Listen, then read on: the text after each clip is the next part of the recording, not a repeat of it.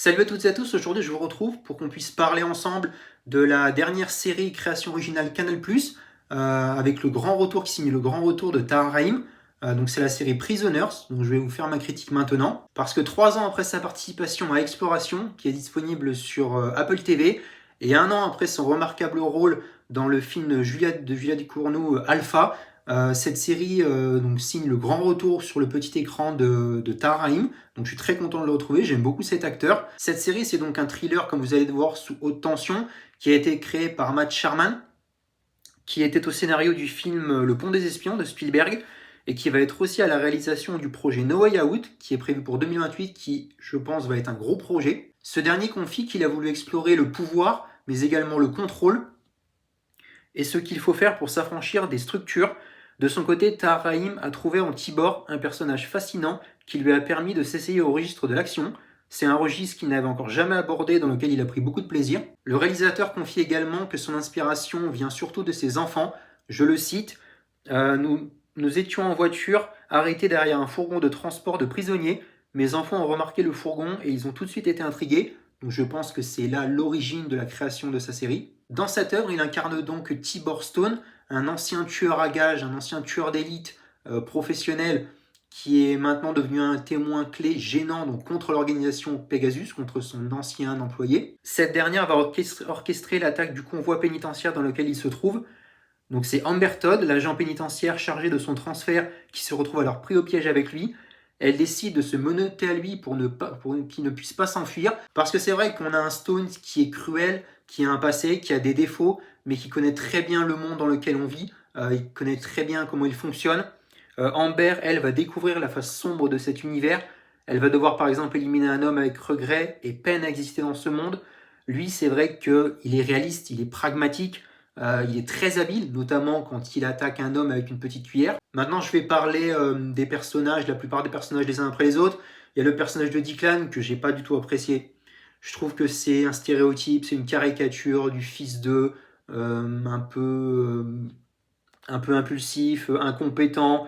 Il croit maîtriser les situations, mais il est dépassé. La preuve, par exemple, quand il est piégé un peu stupidement dans le camion. Donc non, j'ai pas beaucoup apprécié ce personnage. En revanche, je trouve que le caractère de Holly est beaucoup plus attirant, beaucoup plus intéressant. Alors même si on le voit pas énormément, c'est vrai, je trouve qu'il a son importance. Il aime sa famille, il est très intelligent, notamment quand il utilise sa boucle d'oreille, je crois que c'est pour démarrer la voiture. Il va être envoyé chez la maman de Tibor, qui va d'ailleurs lui sauver la vie. Il y a Catherine McCormack, qui interprète le personnage de Joe, et qui est à la tête de la NCU. Elle est quand même très compétente, même si elle se trompe sur la personne, sur l'identité de la taupe. Après, on va savoir plus tard que c'est également elle la tête du dragon et de l'entreprise, et elle est également une infiltrée. En revanche, j'aime énormément celui de Nina Dragus, qui est la nouvelle éradicatrice, la nouvelle tueuse à gages de l'organisation Pegasus. J'aime énormément comment il fait son traitement, son évolution. C'est Tibor qui lui a tout appris, elle lui a succédé et l'a stimulé, selon ses termes. Elle est vraiment maligne quand elle les retrouve au motel alors que tout le monde les a perdus. Les créateurs l'ont fait froide et efficace, je trouve que ça c'est très intelligent. Euh, de grands espoirs sont fondés en elle par l'organisation, notamment quand elle est incarcérée, du coup elle se fait arrêter. Et la priorité pour Pegasus, c'est vraiment de la faire sortir parce que c'est sur elle que l'organisation compte pour éliminer Tibor. Un petit peu plus tard, donc Nina et Declan vont s'associer. Il va y avoir d'ailleurs un petit début de relation entre les deux. Ensuite, Holly va appeler Will, donc, qui est la taupe, mais bon, il est la taupe parce qu'il veut sauver sa femme et sa fille. Après l'attaque, Nina blesse la maman de Étienne et Mia va être enlevée. Et c'est vrai que malgré des tensions, Tibor propose un échange et va confronter Nina dans un face-à-face violent. J'aime beaucoup par contre la partie de l'histoire de la création d'armes qui sont faites en matériaux synthétiques uniques pour qu'elles soient plus puissantes et incassables et pouvoir les exporter dans plusieurs pays. Ça, c'est un point vraiment que j'ai pas beaucoup vu dans d'autres séries et je trouve que c'est très intéressant. Tout ça sous fond de menaces de la paix mondiale et de politique d'extrême droite, donc ça aussi c'est intéressant. Amber, elle va pouvoir compter sur ses collègues qui sont là pour elle quoi qu'il arrive. Elle va pouvoir compter aussi sur le retour de sa maman, qu'elle voit 12 ans après, et sur les copines de sa maman qui vont pouvoir du coup l'aider dans sa mission. Son évolution de personnage à Amber, il est ultra intéressant, il est vraiment bien fait, Et après, ça va être une course contre la montre qui est engagée pour que Stone parle et fasse tomber Pegasus. Parce que c'est aussi une sorte de guerre qui est engagée contre le NCU, vu qu'il y a quand même beaucoup d'infiltrés dans l'organisation, dans l'entreprise. Donc Stone, il va finalement parler, il va arriver et parler au tribunal. Sauf que contre toute attente, il va protéger du coup la tête pensante de Pegasus. Donc personne ne comprend.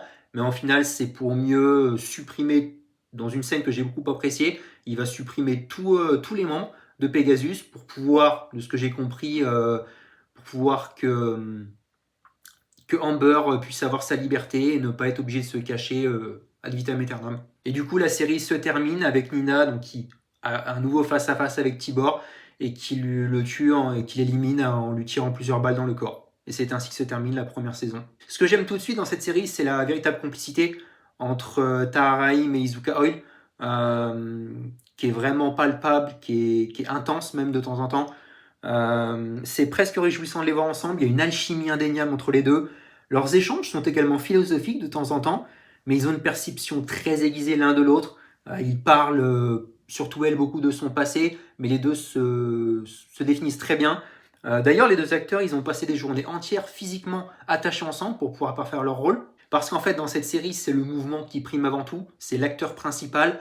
Il y a beaucoup d'action, aucun temps mort. Les poursuites sont filmées de manière lisible et avec une grande précision. C'est une chevauchée frénétique qui est proposée. Sachant qu'aussi un point clé, c'est qu'il y a une grande partie de la série qui repose sur les silences de l'acteur. C'est un point, c'est presque la pierre angulaire de la série, qui est d'ores et déjà renouvelée pour une deuxième saison. Après, c'est vrai qu'elle n'est pas parfaite.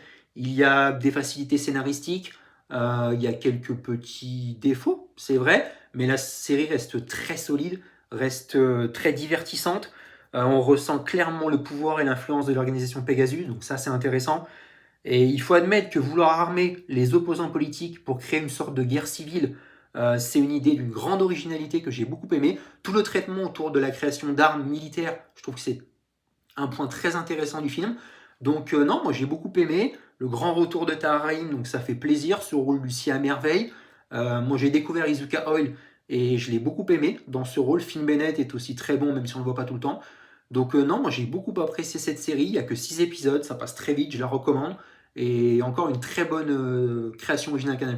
Voilà, je vais m'arrêter là pour cette vidéo. Dites-moi pour ceux qui ont vu la série ce que vous en avez pensé dans les commentaires. Et moi je vous dis à bientôt pour une prochaine vidéo.